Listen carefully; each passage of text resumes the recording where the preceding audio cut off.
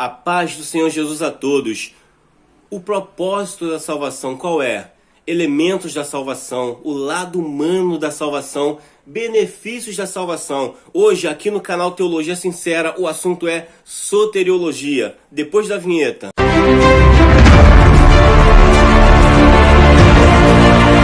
Mas a pessoa de sucesso, ela age apesar do medo. Teologia sistemática de Norman Geisler. Ele está contigo e quer te abençoar. Toda a Escritura é inspirada por Deus.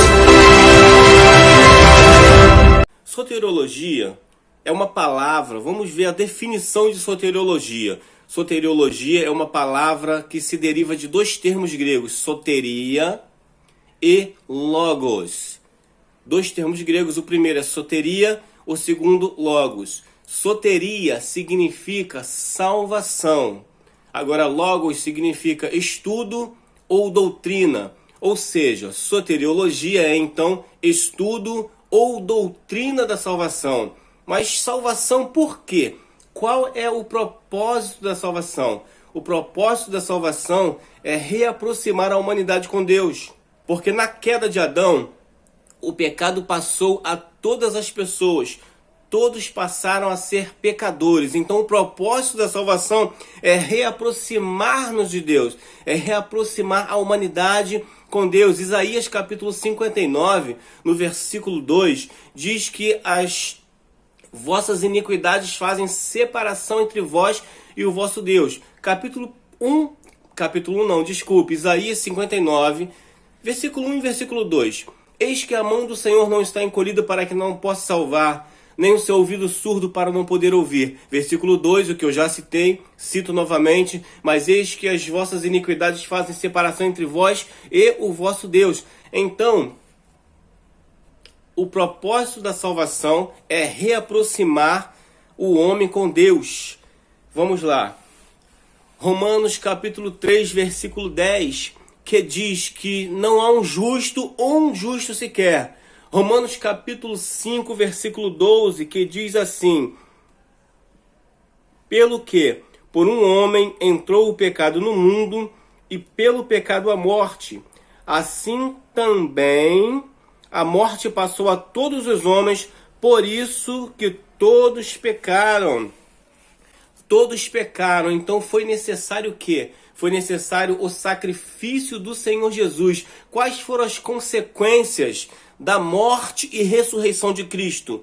As consequências foram a reaproximação com Deus, porque assim que Cristo morreu ali na cruz, o véu do templo se rasgou de alto a baixo e nos deu condições de aproximação com Deus. Porque antes, para se falar com Deus, era necessário ir até o sumo sacerdote uma vez ao ano para expiação do pecado, expiação ou purificação dos nossos pecados. Deveríamos levar ofertas uma vez ao ano, as nossas causas, e o sacerdote, o sumo sacerdote, entraria no local santo dos santos do templo, onde ele entrava uma vez ao ano para expiar ou limpar o pecado do povo.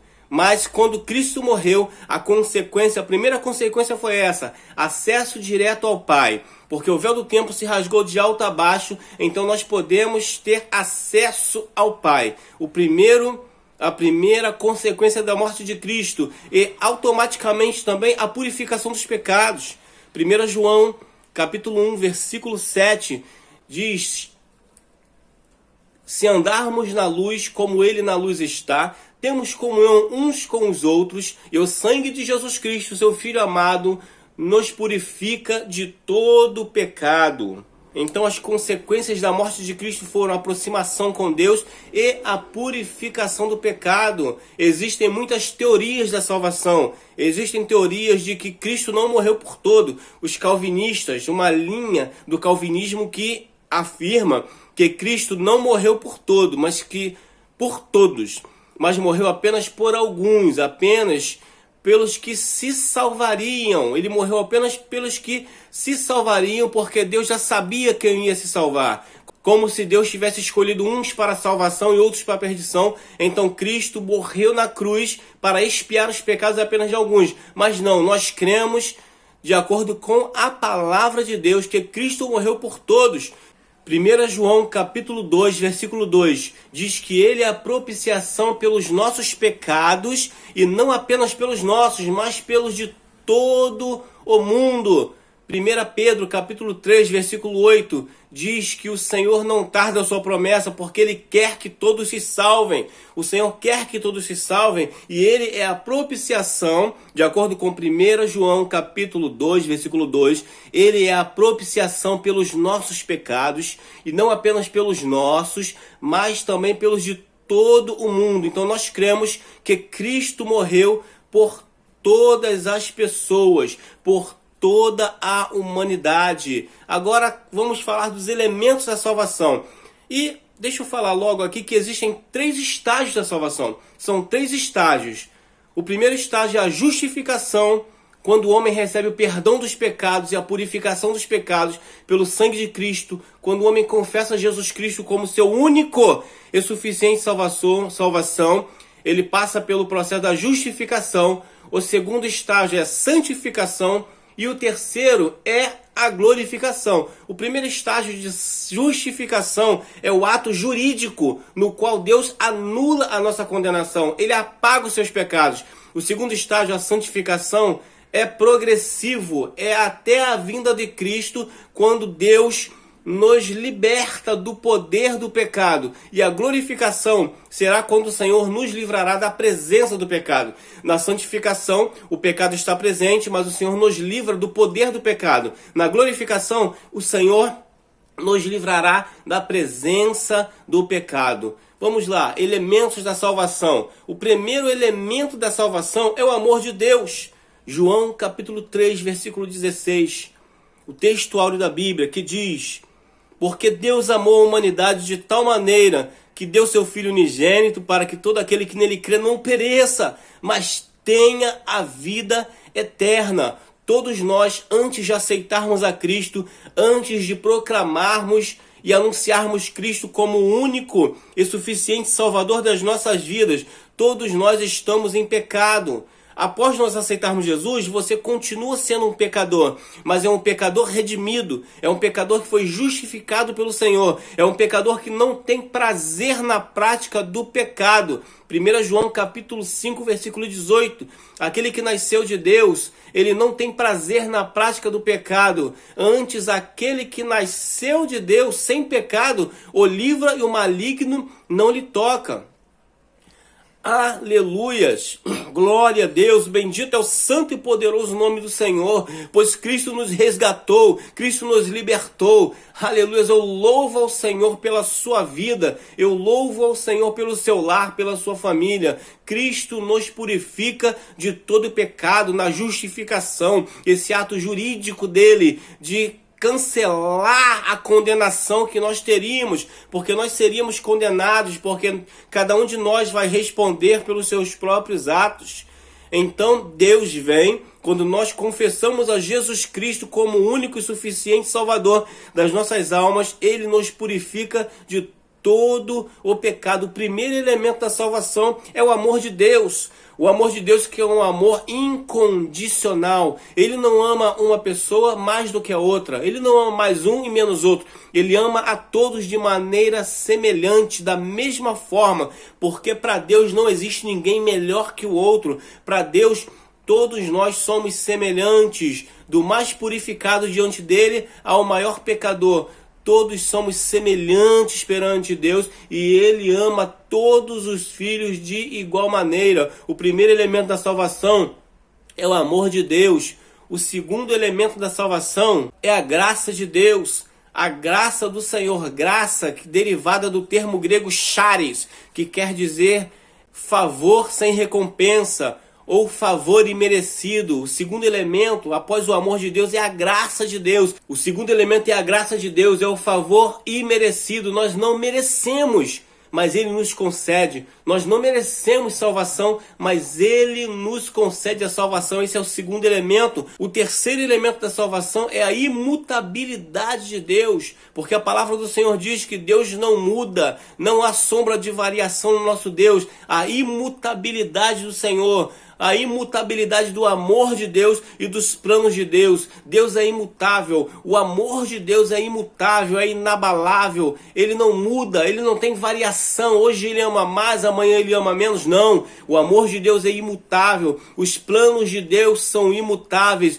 e ele tem um plano de salvação para a humanidade, ele tem um plano de salvação para a sua vida, ele tem um plano de salvação para o seu familiar, para o seu filho, para o esposo, para a esposa, para aquela pessoa que você tanto ora. Deus tem um plano de salvação e ele é imutável, o amor dele é imutável. Agora, o lado humano da salvação. Qual é o lado humano da salvação? O primeiro estágio do lado humano da salvação, ou a primeira característica do lado humano da salvação, é a conversão.